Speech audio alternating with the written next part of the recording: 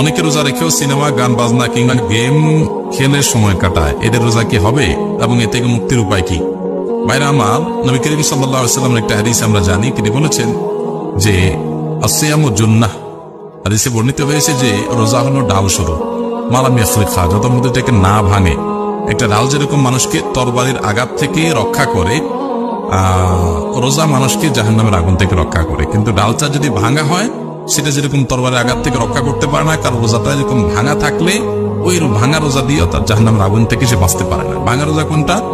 যে রোজা রেখে সে পাপাচারে লিপ্ত হয়, গুনাহের কাজ। রোজা রাখে আবার মিথ্যা কথা বলে, রোজা রাখে আবার গুনাহের কাজ করে, রোজা রাখে আবার ফিল্ম দেখে, হারাম জিনিস দেখে, মোবাইলে টেলিভিশনে গান বাজনা শুনে, অন্যায় কাজ করে, গেমস খেলে, অপচয় করে, সময় নষ্ট করে। তো এই রোজা রাখা অর্থহীন।